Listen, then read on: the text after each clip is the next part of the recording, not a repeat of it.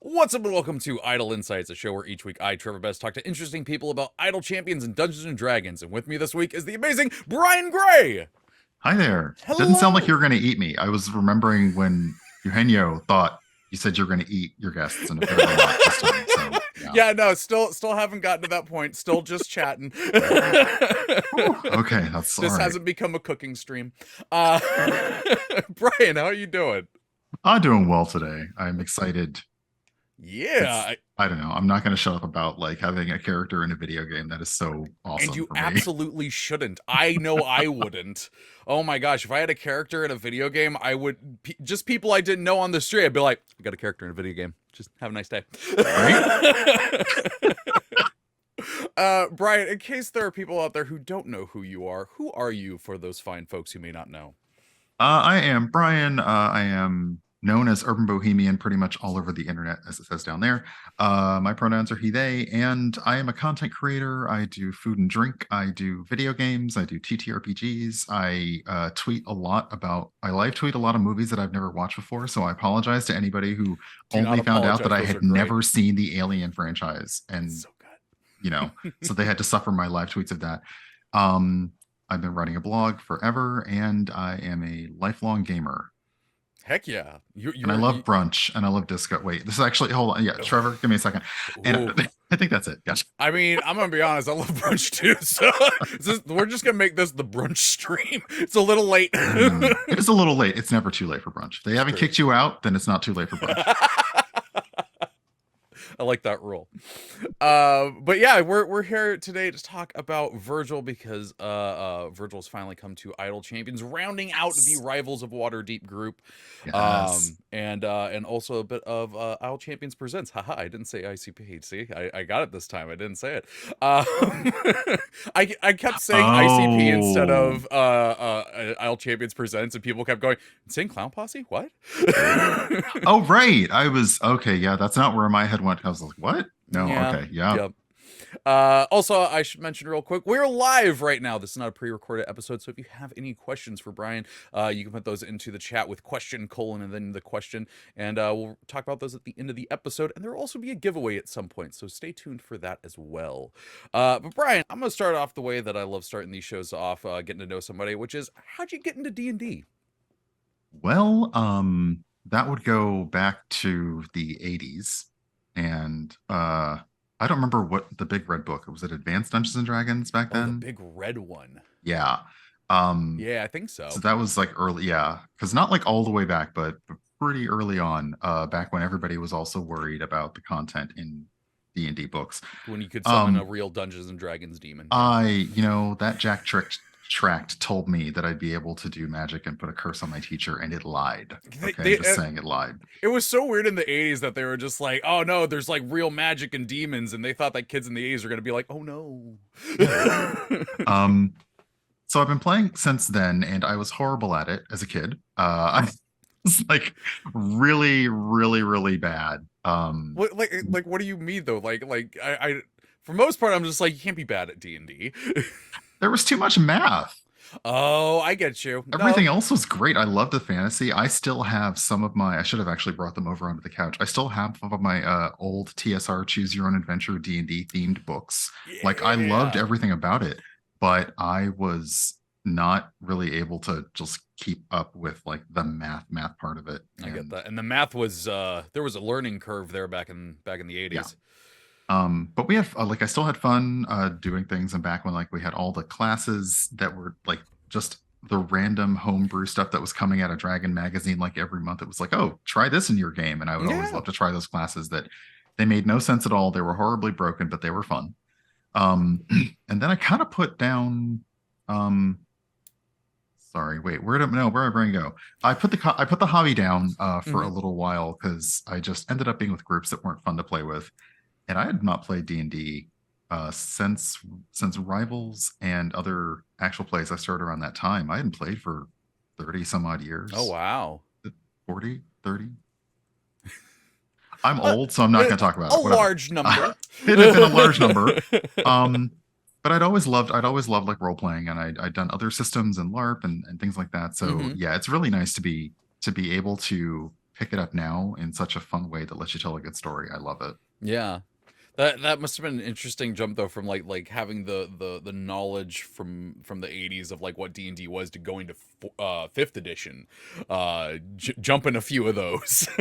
I still look for things that are no longer I look for magic items and classes and feats that were then and Yeah. have since completely been like gone and destroyed. And I'm like, oh, I have to pick a magic item. What about? Oh yeah, that's gone. Oh no, not that. Yeah, they took that out wisely. So like, Yeah, but still, like the like I actually have the 4 magic item encyclopedias from Advanced D&D. Like I hunted those down ooh, like 10 years ago, and like yeah, the fact that there were 4 thick books of all magic items, it's like so wild. what? Yeah, Doesn't make sense. they had Excalibur in there, right? Like it was Okay, now I wild. mean I kind of want Excalibur though. I'm not gonna lie. Like, who wouldn't take that? Even if you're not like a sword swinging class, you'd want Excalibur.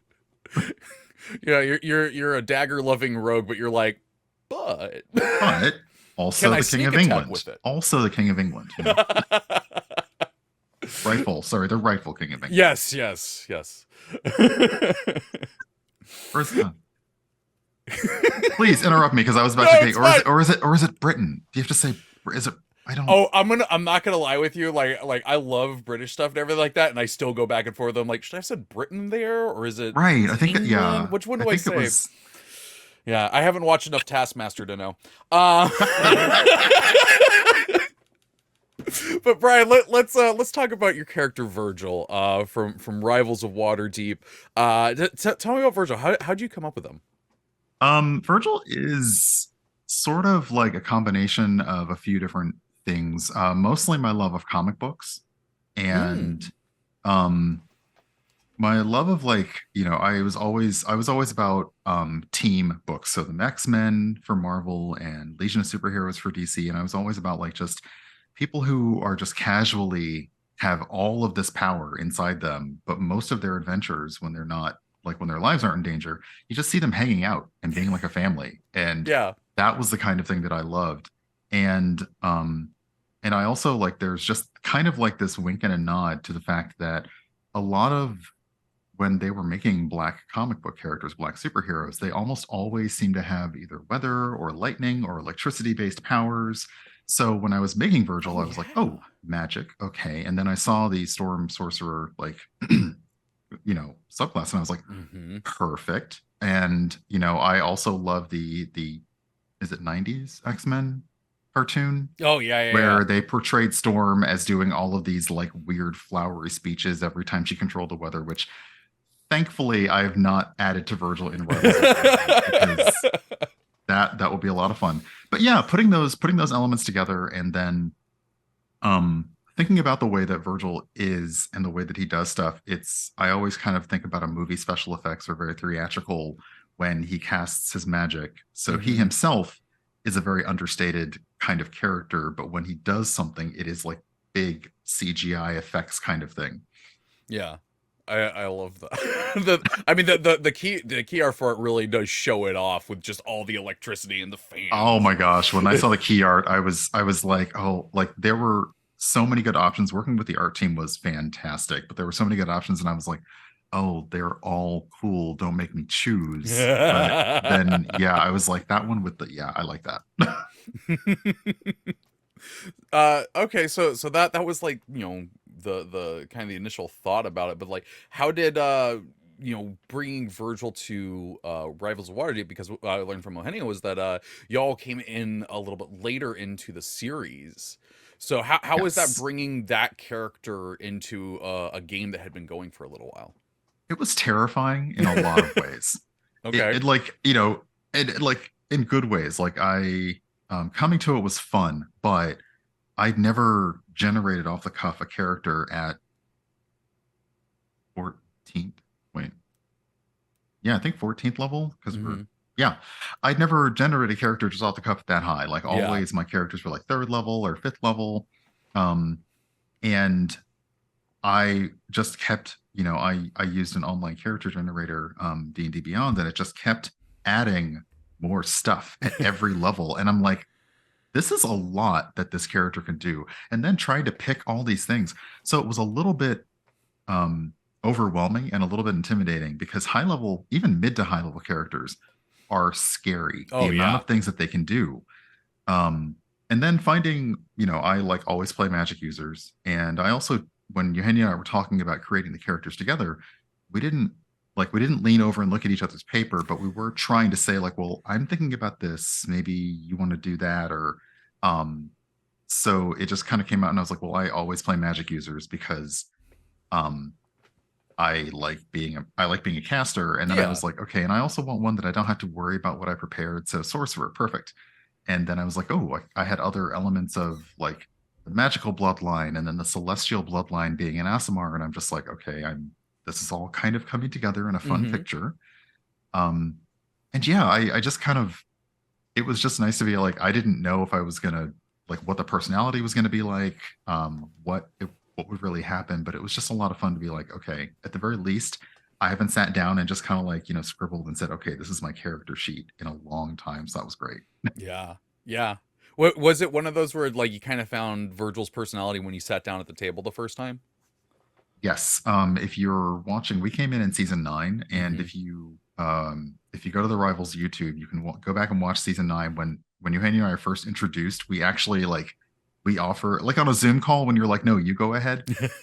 We did that to each other at the same time because we sort of knew. Um, I reference Star Trek a lot, and one of the things that I say about Star Trek is one of their like online on-set direction things is whoever says a term or a word first kind of defines how it's said. And we kind of Hmm. knew that like whoever opened their mouth first would then define how the other person was, because we would probably pick complementary Yeah. styles as opposed to the same one. And Eugenio went in like very friendly, over the top. So Virgil is friendly, but more understated and even keeled. Yeah. Mm-hmm. Okay, I really do like that idea, especially as two players coming into a game that has been going on for a bit. Because I know there's definitely some nervousness to that. The funny enough, you talking about that reminded me. I literally did that with a player just last night. One of my longtime friends that I hadn't seen in a long time was like, "Hey, can I join your D&D game?" I was like, "Sure, we're level 15." Yep. And I told him the next time that I see him, I would fill him in on everything. I went, oh, that's 4 years of stuff I have to explain to them. Exactly. We were coming in, and they've been playing since 2018 for 8 Yeah. seasons before us, and I had watched them, but as I said, I love brunch, and they're on Sundays, and when they're on, I'm at brunch. So I would have one like headphone in my ear and the Yeah. other so I've enjoyed the show, but it was a lot of history to come Yeah. into. And I think that the most fun that we did was we basically said we're not going to let our characters be bound by that history. Hmm. We're going to come in, Yeah. and what was really convenient for us was one plot that a previous cast member, Brendan Stennis, had done with Rin, Hmm. was that Rin had written an unofficial autobiography of, sorry, not auto, sorry, unofficial biography. Is it? Yeah, no, I always get it biography, mixed up too. Yep. right, of Tanya's character Celise. Hmm. And basically in our first adventure we were going to Candlekeep to deal with the publishing company that wanted to publish the book. So reading that book of apocryphal tales of their previous 8 seasons Hmm. adventures was our way of saying, oh yeah, Kent and Virgil know all about y'all from this book that is highly suspect. I love that. That's such a good way of doing that, though, of still being able to like get in on the previous storylines and even like in jokes and stuff. That's really Yeah, neat. So, you know, what season are you all on right now? we're 14. 14. Wait, So that you I think yes, that's right. That wow. sounds, yeah. Numbers, I don't know. I asked you a numbers question. We already went over the numbers thing. Yeah. But so y'all have been there for 5 seasons. What has Virgil's arc been like from that initial season 9 to now? Um, it's interesting. I think I'm gonna have to look at my notes because I forget like the course of our season. Okay, no, it was season 10 where Masood Haq, who normally plays Gosrick, but he DM'd season Mm-hmm. 10, and it was brilliant because he went into all of our pasts, all things that we had done in the past, which included Kent and Virgil. Mm-hmm. So I know that in Kent's Idol Champion variants, there's one that talks about like the poisoned rat incident. That's something that we had put into our backstories, and a little bit more about Virgil's um, story kind of came out with that. And over the course of it, Virgil and Kent had not told the rest of the rivals a lot about their background Mm-hmm. because they weren't super proud of where they had just come from. Mm. But over the course of time, we have allowed little bits to come out of our characters while at the same time sort of writing those things on the fly. Like Oh yeah. we didn't fully write like long voluminous backstories about our characters because it's more fun to kind of say, oh yeah, that happened, and then you make notes about the thing in case it comes up again later. So Virgil's arc has been just, I don't like, oh, wow, if they're all watching, they're gonna hurt me. Like a voice of reason, maybe a little bit. That's fair. Like a little bit of voice of reason. And it is just some things about his background have come out. Like the fact, I think the biggest thing that keeps that Eugenio and I also would like we keep playing off of is that Virgil used to be a pirate, Mm-hmm. or at least used to travel on pirate ships, and Kent just keeps loving this fact about his background. So anytime they're near the sea, they're near a ship. There's one element in Candlekeep where one of the rooms is basically a grounded, like large ship, and he was just like, "I just want to see you on a ship again." Um, but yeah, that's been the main thing, and trying to think if there's anything else major that's come out. No, just like revealing like that Virgil comes from a rich crime family Mm. that we didn't really determine until season 10. Like, oh, come up with your background. Okay, well, I need to come up with a deep dark secret. I generally don't make characters with deep dark secrets. So, okay, let's try this one. Mm-hmm. Yeah. No, I like what you're saying there though about like kind of playing the revealing of the secrets by ear. I love doing that stuff where it's just like it's a quick reveal where I'll have a character say something that's just like, no, he absolutely wouldn't do this. And it's one of those things where it's like that seems like there's some backstory to that, but he's not going to reveal that right now. And in my head, I'm just going like, I have no idea what that means. Not a Well, clue.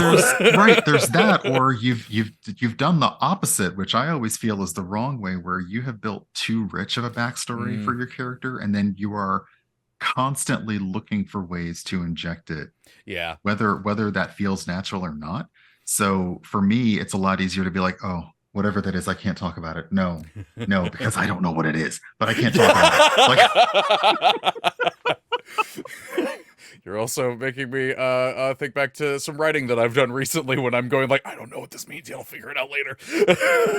I didn't mean to attack you, but I feel like I'm attacking myself as well. That's fine.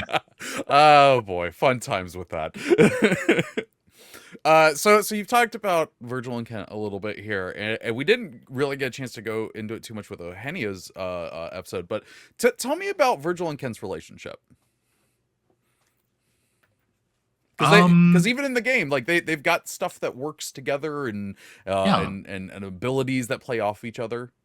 They are absolutely like an adventuring couple. Mm-hmm. And what's interesting is their adventuring lives were mostly separate before they met. And upon their meeting, it was like, I don't know, for me, sometimes not just character concept in D&D, but how does the world view adventurers Mm-hmm. versus non-adventurers?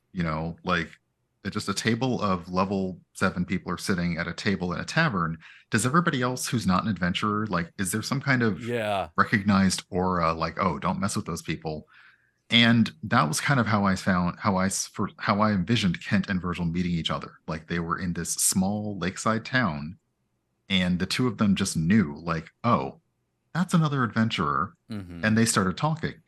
And then again, we basically had some overzealous handling of a local simple problem that kind of went out of hand, and they hit the road.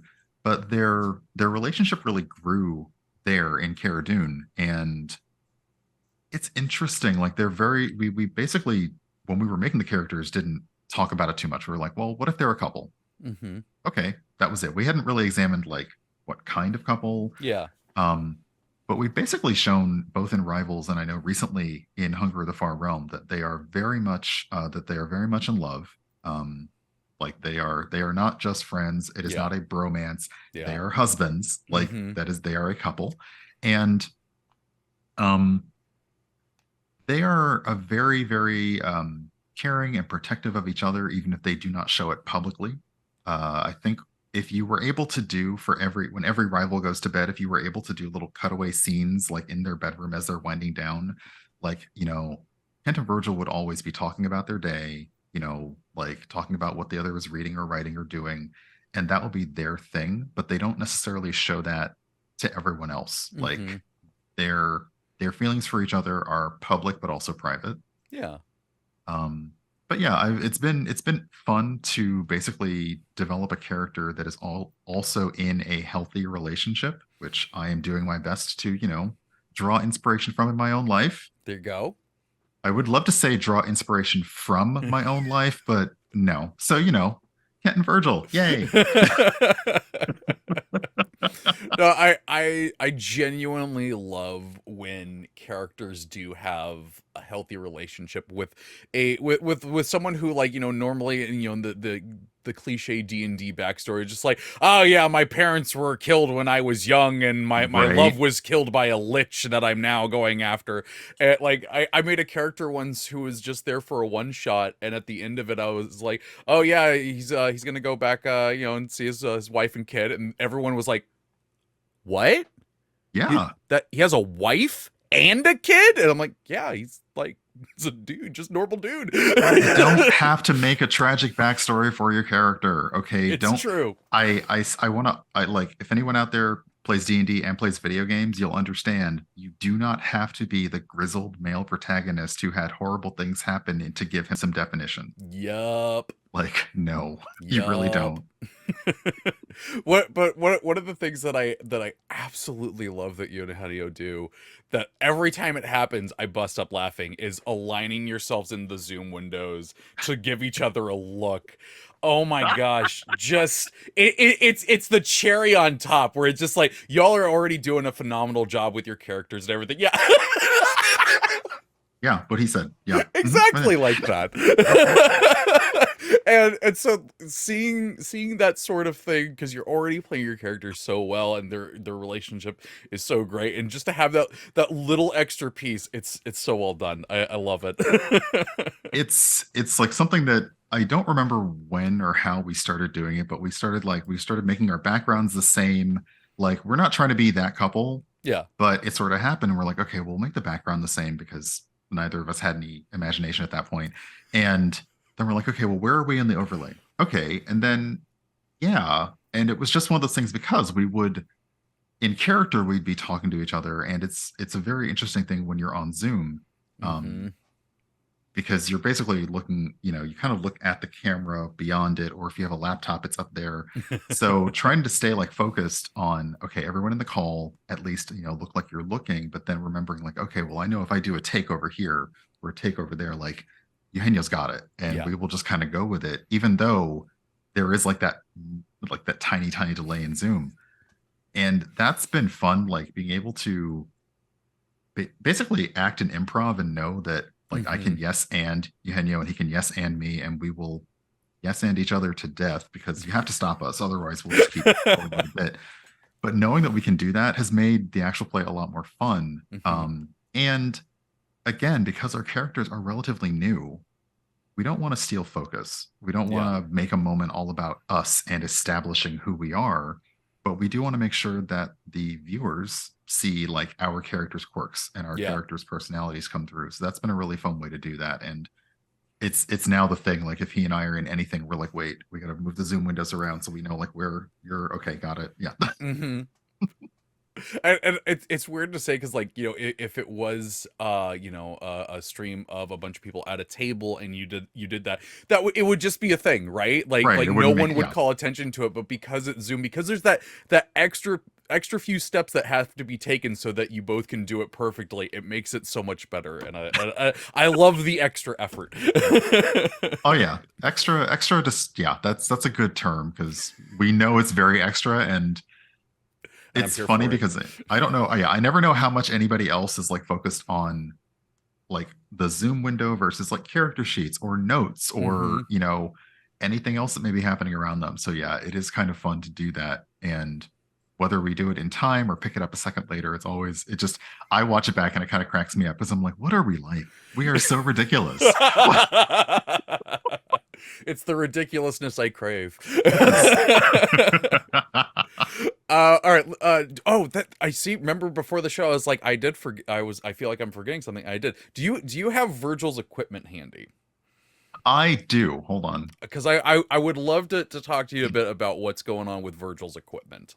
Okay. Let's see here. Do I have the, I could also send it to you. yes. You Okay. got it? Okay. I think I do. Yeah. So usually what I like to do is, because there's always ends up being some kind of like neat storyline thing or something like that. Where's a piece of equipment you want to start off with that is important to Virgil? Oh, um, I think the one that we worked together most on would be the gifts that we gave each other, and I think that's in the first slot. Mm. So those are the gifts that we have and gave each other, that both you and I worked on together. And after that's probably the fan because I love that. But all of them were so good. I was stumped because if you asked me to pick a magic item for my character, I'm always like, I don't know. And then Codename was like, okay, so we need to pick some stuff.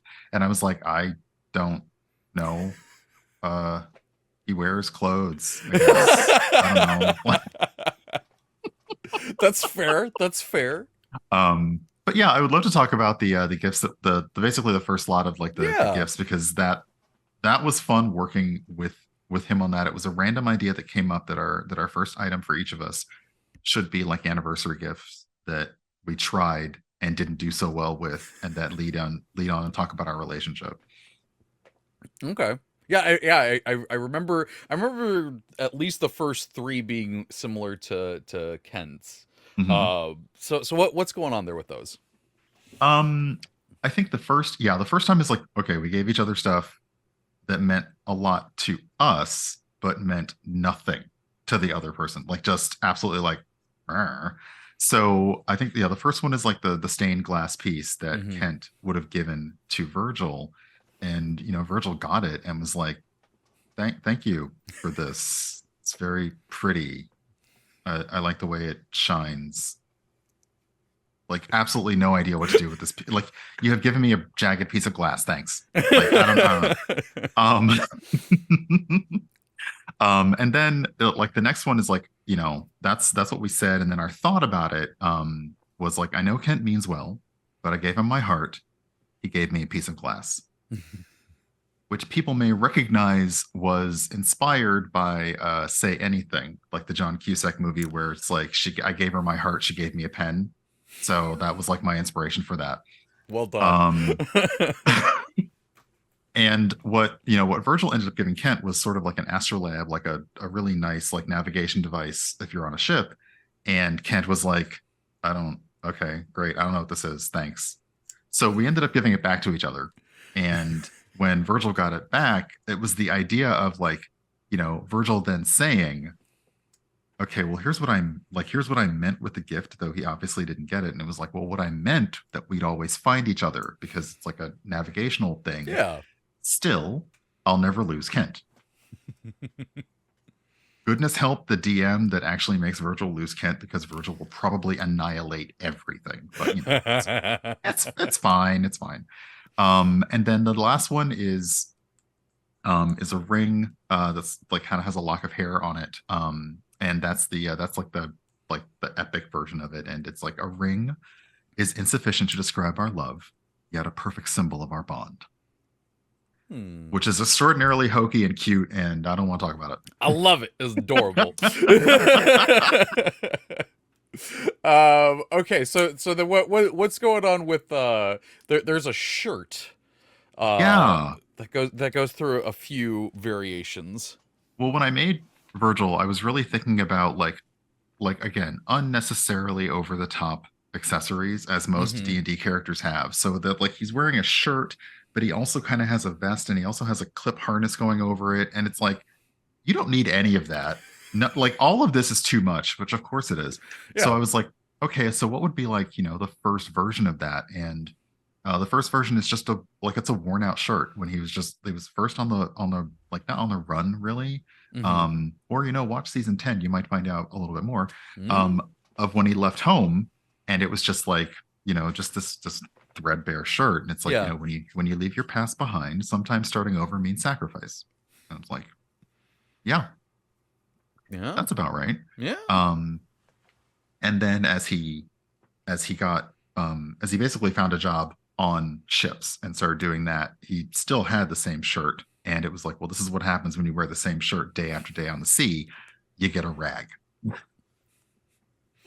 Yeah, that's fair.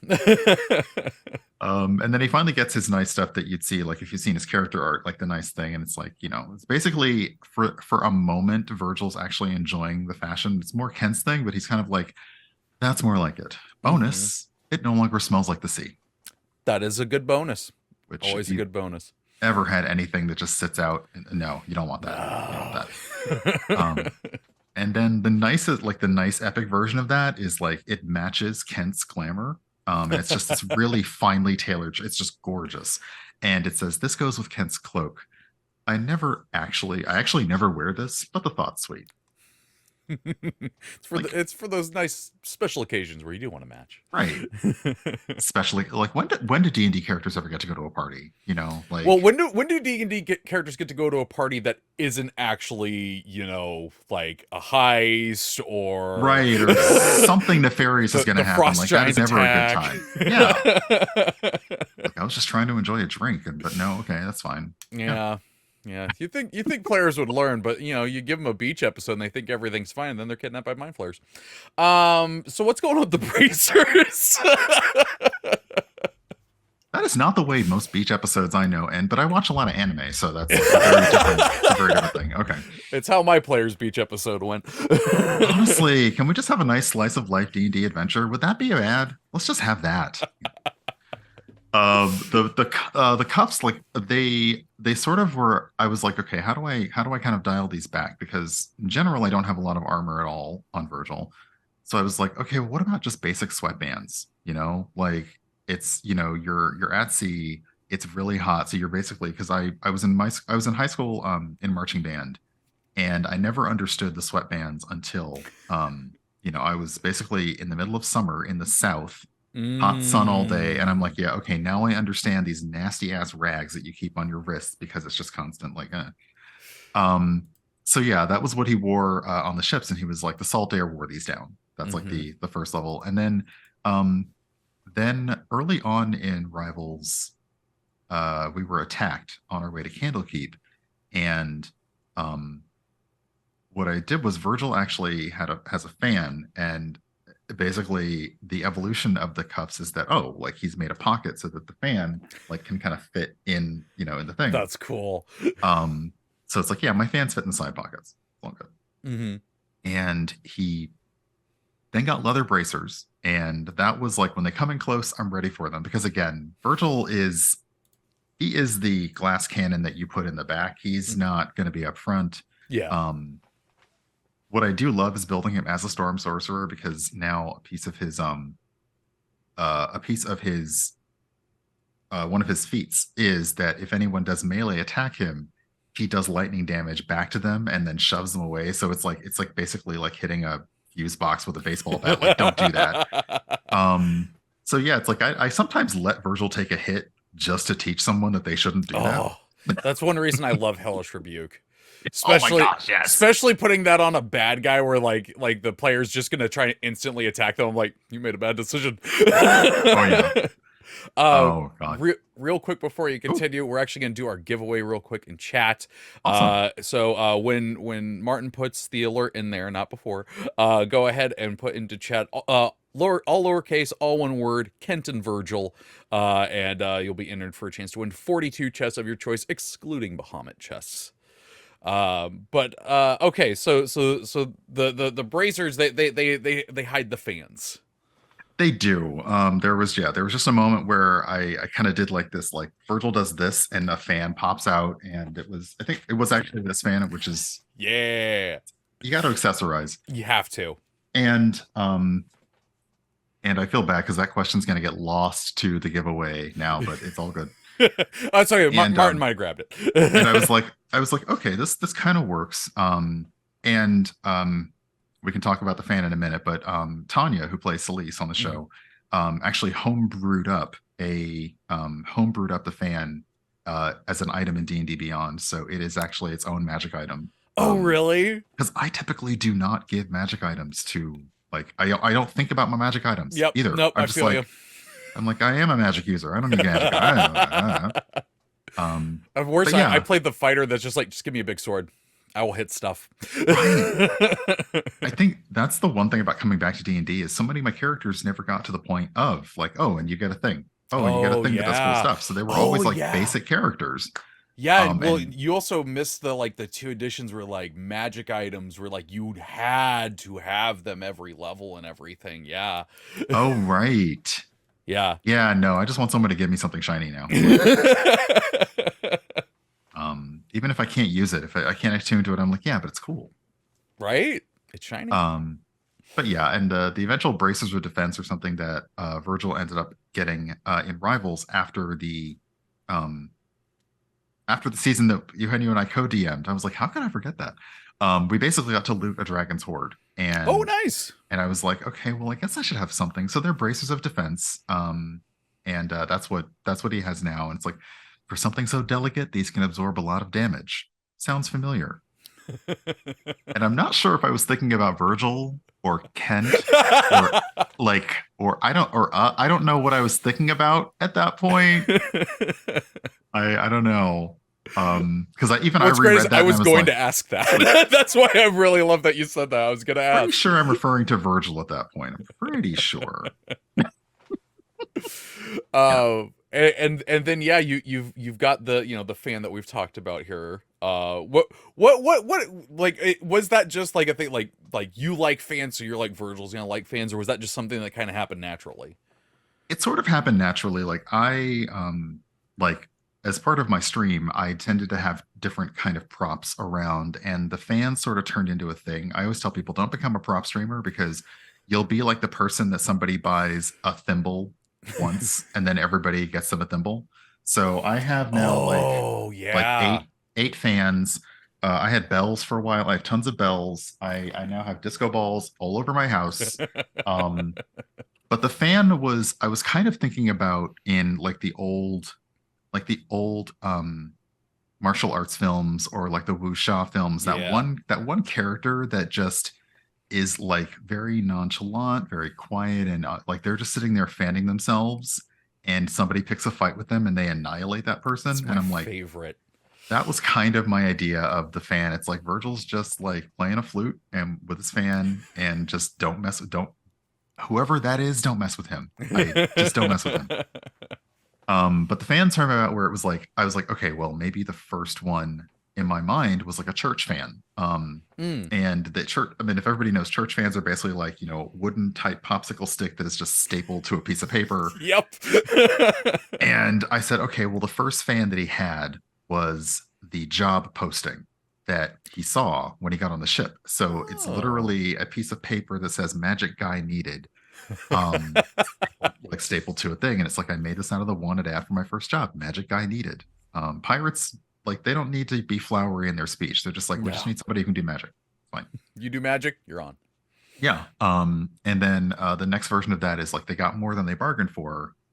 Because yeah, they were just looking for somebody to be magic, and they didn't realize, oh, we have now a sorcerer who can control the weather. This is going to go great for us.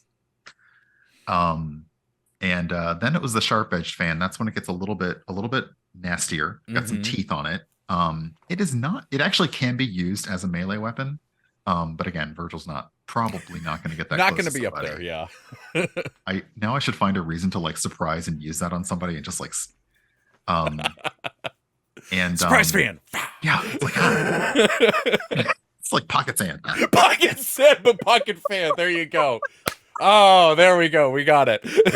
Oh my gosh. Oh my Now gosh. I just want Virgil to have like mini fans that he can just shoot out.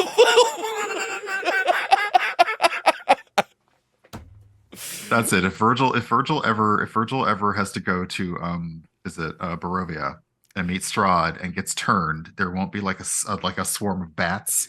It will just be a swarm of fans that are just like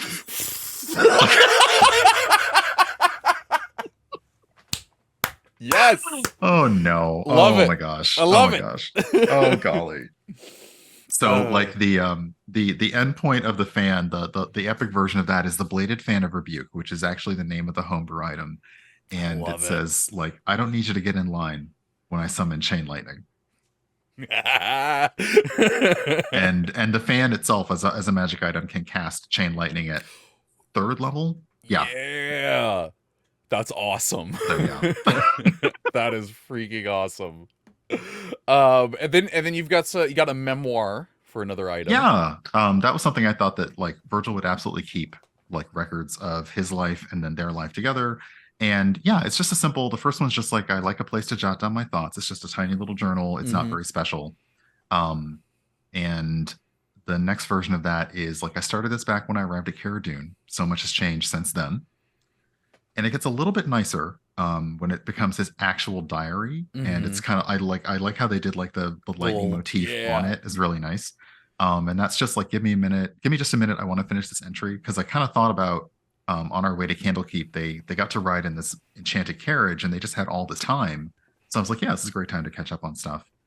And then the end of it, because we've been to Candlekeep, he was very inspired by the fact that, okay, well, maybe Salisa's biography is like completely wrong, but maybe like, this could be turned into memoirs someday. So the thrilling memoirs is the end of that. And it says all of our adventures together are contained in this book. Well, most of them. That's awesome. I mean, as someone who likes doing that sort of thing, I love I don't it. want to talk about the number. No, don't. Oh, then I think about all the. Yeah, no. You're in a safe place, you Brian. know exactly what I'm going to say. I'm here with you because I didn't show you the other notebook that was underneath it. There it is. Yeah. You never know when you're going to need them. Okay? Yeah, you never know. Well, so here's a fun quick tangent. My wife put together this bookshelf for me, and she was super nice by putting everything away. When she made it, and she was like, "By the way, I put all of your notebooks behind the D&D books." I went, "You literally hid my shame. I love you so much. Thank you." Wow. That is perfect. That's love. That's love. It really is. Yeah. And then last but not least, you got the battle ready harness. Yes. So that kind of came out of like, as I said, when you see Virgil's art, it's very, it's just unnecessary stuff. And it was like a chest harness and kind of overalls and stuff. And I was like, okay, well, what if those were actually waiters? What if like they had basically become like when he gets on a ship, the first thing someone says is, okay, whatever you're wearing is not going to work. You're going to need to get these because it's just going to be wet out here all the time and you're going to be uncomfortable. So yeah, like the first version of that is just leaky waiters. And he says, I don't care if they're stylish. No one wants wet feet. Facts. Having been fishing with my grandfather and then like, crabbing with my grandfather, I'm like, I understand the waiters now. I get it. Because the sound that your shoes and socks make when they're all, it's just, you don't want that. So the next one was like, the version of that is boggy boots, which was, wow, hard to say now that I try to say it out loud. It looked great on paper. At sea, best be prepared for all weather, especially when you're a storm sorcerer. And the version after that is the watertight gear. That's like his blue version of the gear. And one of us is going to look foolish when we get through the storm. Like basically, you may think what I'm wearing is completely unnecessary and all that, but I'm going to be dry and you're not. There you go. And then the epic version of that is the battle ready harness, which has been modified to kind of have like compartments and places and components. And that's like there's space for all my components and weapons, which I haven't leaned into it completely because a lot of what I do as a sorcerer is I use sorcery points to ignore like requirements for my stuff. Uh-huh. But I do love playing with Masood because Masood, as Gosrick, a druid, will always talk about the spell components for his spells. And I was like, yeah, I don't really feel like doing any of that. Just know that I have tons of pockets everywhere. If somebody actually says, well, do you have a glass rod for your lightning? I'm like, yes, I do. I have several. So there. Like, My players very recently made a comment about how I never really worry about their spell components. It's just like, no, you have a components pouch, it's fine. And they're just like they're like, oh yeah, we just think that's funny. Little did they know I had planned the next session their stuff got taken away, including their spell components. I went, guess what oh matters? no. Can um you imagine trying to go through all of your abilities and all of your spells to be like, no, wait, I no, oh no, oh no, oh mm-hmm. no, I can't Yeah. do any of that now. You can't cast fireball, you don't have any guano. Still weird to me. It uh is. Okay, we're actually getting towards the end of the show here. Of course, do want to highlight Virgil in Idle Champions presents Hunger of the Far Realm, which has been totally fine, normal adventure, nothing out of the ordinary. It's been 100% safe and Mm-hmm. normal the entire time. Yup. Yeah. Yup. If you want to see how normal that is and haven't seen it yet, you can check it out on our YouTube channel and catch up. And new episodes are Mondays at 4 p.m. Pacific here on twitch.tv/CNE Games. Yeah. But I do want to give chat one moment to ask a question or two here. And we're actually going to go with Witterborn 2, which was the question that you said was going to get buried because Martin grabbed it. Snatched out of there. Question: can you verbalize the moment after Virgil was released on Steam where the realization hit about how Virgil's skills worked and the explosion of interest in the character mechanically? How satisfying was it? Oh wow. I mentioned to you in the pre-call that I have watched other champions be released into the game that are characters that my friends have created. And I'm a gamer, so I understand. Sometimes it's all about the numbers and it's all about the math and whether this is like the numbers go up or the numbers go down. I was concerned. I was Mm-hmm. like, okay, well, I just, I told them everything and they managed to put so much of the moments that I talked about from Rivals into Virgil, and they made him a speed champion, which I am like, I love speed champions. I love putting them in my formation. And I was like, well, I just hope that he's an effective character. And then watching Mars put him through his paces, and I was like, oh, cool, it's working. Okay, nice. And then he's got this and that. And then I just saw everything come together. And I posted a GIF on Twitter, Yeah. follow my account because that was when Mars discovered Virgil's surprise mood, angry, and how it works with champions who have died. And just he was like, oh, does it work if I use spurt to just like do the you did? And yeah. And then the speeding up of Artemis to past light speed was like, I was just like, there were so many moments that I'm just like, oh wow, they really like this character. I am Virgil's so cool. happy. Yes, I'm like, I have a cool character in this game. Ah, and it was like that was really, I was fully prepared, like, because I worked with Codename on the look and I worked with Codename on the equipment and elements of the design. But when it comes down to what the character is going to be in the game, Yeah. that's not us. That's Yeah. whatever they feel like would work at this time, wouldn't throw anything off, would balance the group and the affiliation. So it was really nice to see like, oh crap, my character is super effective. And I was like, I'm going to use my character and my formation more because I do have my formations that are my wall pushing. Yep. I have my like speed ones. I have my just for flavor and for fun. And I'm just like, no, this is going to make me now have like an all rivals formation, period, because everything works so well together. I love it. That's fantastic. I'm so happy you got to have that It awesome was, moment there. I was just like, everybody loves Virgil. Yes. Well, we unfortunately have to start wrapping things up here. But Brian, thank you so much for sitting down and talk with me today. Absolutely. But before we go, talk about Rivals with the Indiegogo. Oh, yes. Well, Rivals of Waterdeep currently is in season 14, and we've mentioned it on stream before, but we had been sponsored by Wizards of the Coast since the beginning, so all the way back to 2018.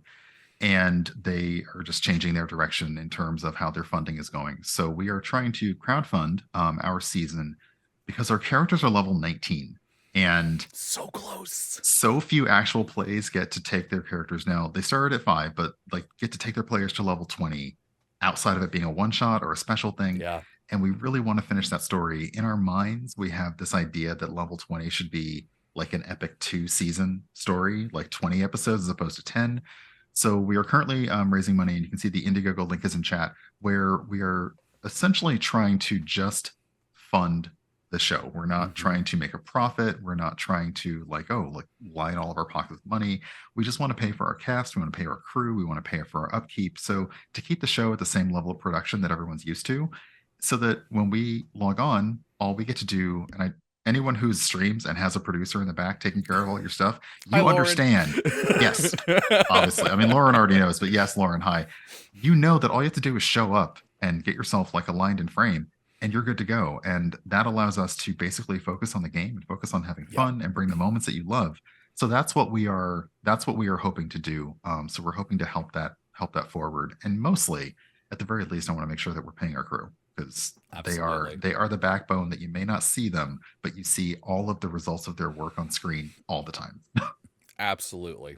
So yeah, go. The link is in chat. Go check out the Indiegogo if you can support. Please do, because Rivals deserves the awesome 2 arc level 20 adventure that they want. But yes, that's I think that's gonna be our episode for the day. Brian, if people wanted to follow you and see what you do on the interwebs, where could they do so?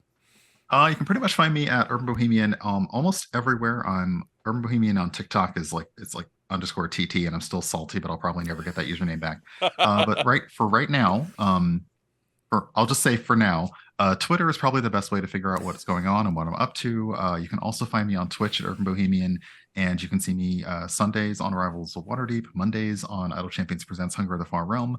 If you are interested tonight, you can see me in a horror campaign called Godplane over on K Damphier's channel. Follow my social media for that. And you can hear me on a cyberpunk podcast. And I mentioned also, like, there's so many things I'm like, I know I've forgotten Isn't it? something, Yeah, so I apologize. There's always at least Um, something that I'm like, I know I'm forgetting something. Just follow me on and socials. yeah, and in the first weekend of December, you'll be able to see me in Philadelphia at PAX Unplugged. Heck yeah. So yeah, be sure to follow Brian on all of those places. Check out the awesome things that they do. And yeah, congratulations on having Virgil in the game. It's so dang Yeah. happy. Go unlock Virgil right now during Feast of the Moon. But that's going to do it for this week's episode. So until next week, take care of yourself. Bye.